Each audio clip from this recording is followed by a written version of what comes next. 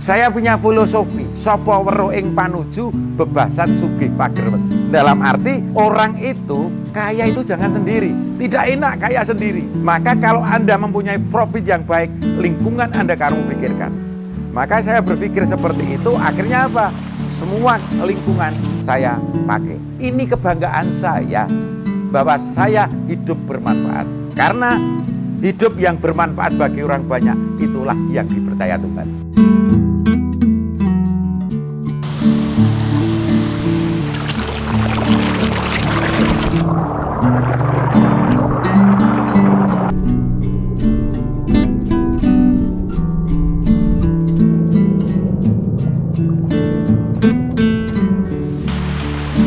Assalamualaikum warahmatullahi wabarakatuh. Perkenalkan, nama saya Bagong Margono, lebih suka dipanggil Pak Mbah Bagong. Alamat saya Pusur Karanglo, Wolanharjo. Umur saya 65 tahun. Saya di sini sebagai owner. Saya yang membuat sungai yang kotor jadi seperti ini. Sejak kecil saya sudah dididik oleh orang tua saya, kamu harus mencintai alam. Jangan merusak alam. Selama kamu mencintai alam, kamu akan ditukar oleh alam itu sendiri. Itu dari orang tua saya. Saya sebagai masyarakat desa, saya tahu persis lingkungan saya tahu persis permasalahan lingkungan saya. Karena di sini sungainya kotor sekali, yang dulunya untuk buang sampah. Saya terinspirasi bahwa lingkungan saya harus bersih. Dan saya yakin kalau lingkungan saya bersih, saya akan hidup nyaman juga. Maka saya bersihkan, saya buat dengan sesungguhnya, dalam arti tidak hanya main-main, dengan sesungguhnya terjadilah sungai yang seperti ini. Karena membersihkan itu tidak mudah, apalagi yang sulit itu adalah merubah karakter daripada masyarakat untuk tidak membuang sampah. Saya kebingungan pertama adalah sampah supaya tidak dibuang ke sini. Satu-satunya jalan, saya membuat gerobak sampah setiap rumah-rumah masyarakat. Kalau sudah di gerobak sampah ini saya ambili, terus saya buang ke TPA, tempat pembuangan akhir. Karena saya yang melakukan, akhirnya karakter masyarakat berubah sendiri. Nah, untuk pembentukan ini awalnya saya tidak berpikir profit. Saya ngomong sama istri saya, sungai mau saya bersihkan dengan biaya hampir 3 miliar. Istri saya bilang boleh, dengan catatan Bapak senang. Terus saya bersihkan. Begitu bersih seperti ini, saya tidak berpikir profit. Awalnya banyak orang berkata, orang gila.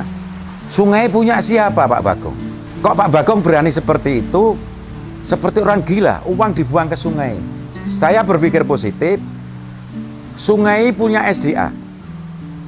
Tapi saya tidak mengganggu air. Cuma membersihkan lubungan, tak buat sebaik-baiknya. Hati saya tidak berpikir profit. Saya yakin saja kalau saya berbuat baik, saya yakin pemerintah juga akan mendukung. Akhirnya dengan baik seperti ini, dikatakan orang saya gila dengan baik seperti ini, akhirnya orang berpikir, loh ternyata bagus juga. Ternyata baik juga. Dengan baik seperti ini, banyak orang yang kerja di sini, ini bisa mengasih makan orang setiap harinya. Nah, orang ini bisa makan dari sini, ini kebanggaan saya di situ. Maka saya dikatakan gila itu adalah senang bagi saya, karena orang hebat itu mesti beda dengan yang lain. Dan orang hebat itu harus punya keberanian. Maka kehebatan manusia inilah yang dicari sekarang. Sekarang banyak orang pinter tapi tidak hebat, karena tidak tahu dengan alam. Anda lihat, ikan ini saya kasih makan, berebut seperti ini. Akhirnya yang mendapatkan makanan itu bukan yang berebut, tapi yang di tepi dengan tenangnya, dia mendapatkan pakan lebih banyak. Maka sebagai manusia, filosofi ikan ini kamu pegang. Jangan terlalu ngoyo berebut mencari makan, tapi dengan ketenangan Anda akan mendapatkan makan yang lebih banyak. Banyak orang yang bertanya, Pak Bagong ini punya umum, kok aman juga, tidak ada yang racun pada hari di sungai, tidak ada yang ganggu. Saya punya filosofi, sapa weruh ing panuju bebasan sugih pager wesi. Dalam arti orang itu kaya itu jangan sendiri, tidak enak kaya sendiri. Maka kalau Anda mempunyai profit yang baik, lingkungan Anda kamu pikirkan. Maka saya berpikir seperti itu, akhirnya apa? Semua lingkungan saya pakai. Parkir punya pemuda, tiket masuk punya desa, dan semuanya punya mereka. Saya mengelola rumah makan yang sekarang tenaganya sudah mencapai 20 orang. Untuk sungainya dikelola oleh 5 orang, berarti 25 orang. Terus saya hitung istrinya satu-satu ada berapa? Berarti ada 50 orang, anaknya dua-dua, berarti berapa ratus orang. Ini kebanggaan saya bahwa saya hidup bermanfaat. Karena hidup yang bermanfaat bagi orang banyak, itulah yang dipercaya Tuhan.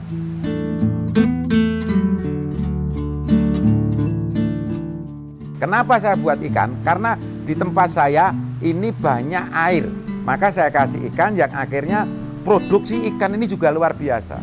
Saya mempunyai ikan ini yang khusus, ikan yang atas ini adalah ikan untuk wisata. Ini ikan koi dan ikan emas. Ini adalah saya mempunyai mindset untuk menghilangkan stres orang yang datang ke sini. Orang yang datang ke sini stres pun tidak jadi stres karena dengan alam yang hidup seperti ini. Ini tidak saya jual. Meskipun kosnya tinggi tidak saya jual karena orang ke sini akan menjadi senang, stresnya hilang. Ini kebanggaan saya.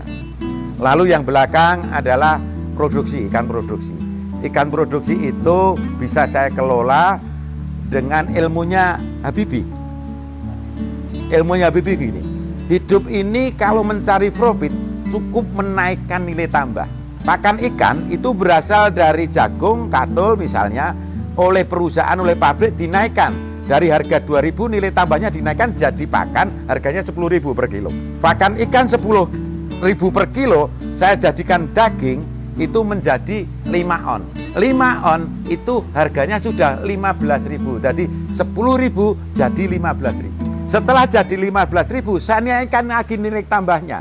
Dalam arti dari 15.000 masuk ke gorengan menjadi 60.000. Ini ilmunya Habibie, jadi hidup ini ingin sukses cuma menaikkan nilai tambah. Maka ternak ikan itu yang dihitung jumlah pakan yang masuk berapa. Bukan berapa bulan panennya. Kalau pakan ikannya ini sudah masuk misalnya 1 ton ikan, 1 saknya 30 kilo. Rendemennya berapa? Ini 1 sak ini 30 kilo. Itu bisa jadi daging 20 kilo. 1 sak itu harganya 300.000, jadi daging 20 kilo, lakunya 500.000. Berarti setiap 1 sak aku untung 200.000. Kalau 4 bulan kita bisa memasukkan pakan yang jumlahnya 2.000 sak, tinggal ngitung aja. Kita menaikkan nilai tambah. Tapi kebanyakan petani yang keliru bahwa ternak ikan itu, ternak apapun itu dihitungnya berapa bulan panen, bukan begitu. Ngitungnya nilai tambah. Sudah habis berapa ton? Oh ini habis 30 ton, berarti ikan Anda ini 20 ton. Gampang. Ini menaikkan nilai tambah namanya. Saya panen 30 ton, ini banyak orang heran, kok bisa ya 30 ton? Karena airnya deras, saya padatkan bisa, pakannya juga bisa banyak. Akhirnya saya setiap 4 bulan panen 30 ton. Dari bibit 1 ton menjadi 30 ton, itu habis pakan kurang lebih 2.000 sak.